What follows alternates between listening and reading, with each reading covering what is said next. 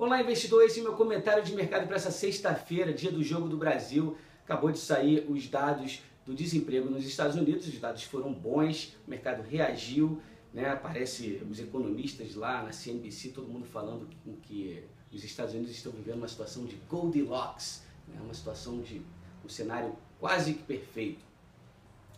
Mas o que eu tenho a falar aqui é reiterar essa questão comercial entre Estados Unidos e China. A partir da meia-noite de quinta para sexta, 34 bilhões de dólares de produtos importados da China passaram a sofrer uma incidência de impostos. Isso por si só não chega a abalar a estrutura do comércio global, mas o que está por vir pode ser muito grave. É interessante que o pessoal lá da Gavekal, aquela casa de pesquisa que eu tanto falo por aqui, né, casa de pesquisa que tem escritórios em Pequim, em Hong Kong, eles se mostram mais preocupados, né? Bem mais. E disse que o pessoal do Ocidente está mais tranquilo, acha que isso aí é simplesmente uma retórica, algo que o Trump está realmente barganhando por situações, por ter uma situação mais favorável para os Estados Unidos, enquanto que eles por lá, né, já acham que isso aí tem um potencial de disrupção global enorme. Vamos lá, alguns pontos aqui que eles levantam, que é o seguinte: caso o Trump realmente vá em frente, né, ele coloque tarifas sobre 200 bilhões, como ele anunciou, já se falou já recentemente em 500 bilhões, mas ele inicialmente, na semana passada, falou 200 bilhões de produtos, depois mais 200, ele chegou a ameaçar a Europa também com impostos sobre veículos exportados da Alemanha, né, da Europa como um todo, né, também peças, né, o mercado de auto parts, né, de peças automotivas também sofreria uma grande disrupção. E para finalizar um cenário, né, um cenário de caos no que diz respeito a esse tópico, seria o Trump não renovar o Acordo de Livre Comércio da América do Norte, o NAFTA, né? Isso aí dizem que poderia provocar uma enorme disrupção na cadeia de suprimentos. Mas vamos lá, seria Donald Trump realmente um deal breaker ou um deal maker, na verdade? Ele seria um melador de negócios ou um grande fazedor de negócios? Seria ele, né? Naturalmente ele está sempre tentando se posicionar como o grande empresário, aquele que está sempre de olho, protegendo o bolso do americano. Mas há muito marketing nisso. E o Arthur Kruber, que é o chefe de pesquisa da Gavekal, que é um americano, ele é de Nova York, eu já estive com ele inúmeras vezes, e ele se mostra um dos mais pessimistas com relação a essa situação.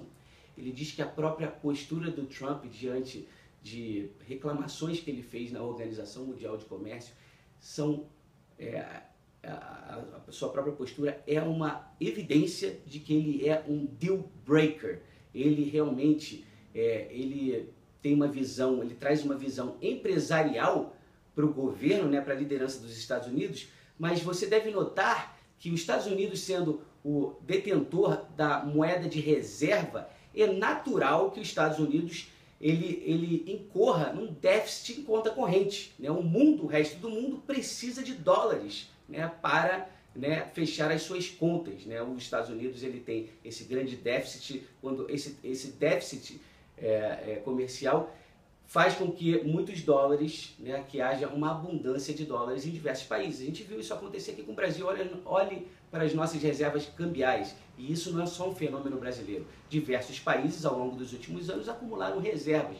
E a China foi um deles, né, o destaque. Um país que tem uma das maiores reservas em dólares. E a China precisa desses dólares porque ela precisa comprar anualmente minério de ferro, cobre, soja, carvão. Ela precisa de 4, 5 itens ali que ela precisa de 200 a 400 bilhões anualmente. Caso ela não consiga ter acesso a esses dólares que sempre vieram nos últimos anos de uma forma mais fácil, como ela deve reagir? Essa é a grande questão. Tem muita gente que acha que isso aí é uma questão que ela vai simplesmente ignorar. Tem gente que especula que ela vai desvalorizar a sua moeda, né? Tem diversas especulações nesse momento. Mas os mercados, né, vêm reagindo de uma forma bem contida, né? O mercado, a gente não está vendo tanta volatilidade. Mas o que a Gavekal argumenta é que a gente pode estar realmente na iminência, quando eu falei no meu último vídeo, chegou a hora da verdade, será que eles vão desvalorizar sua moeda ou não?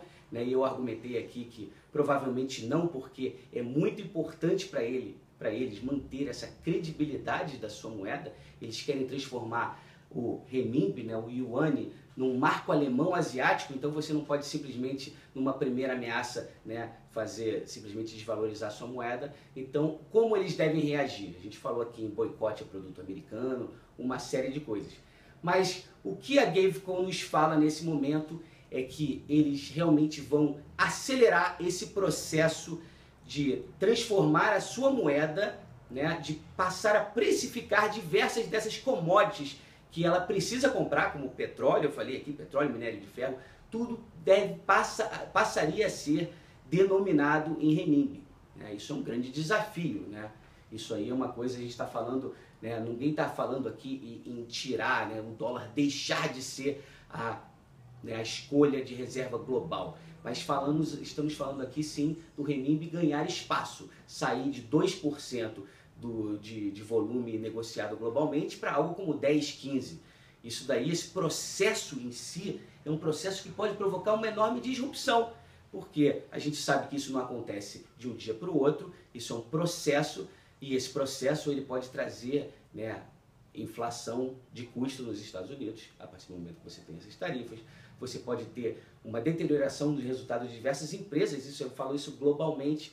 Então, a gente tem que observar isso de perto, e se você, de fato, quer atribuir um certo mérito a esse argumento que a Gavecon está fazendo, você deve ter uma postura mais conservadora, mostrando mais preocupação com essas questões. O mercado hoje começa, a guerra realmente comercial, ela entrou em vigor agora, e isso é algo que deve se intensificar nos próximos meses.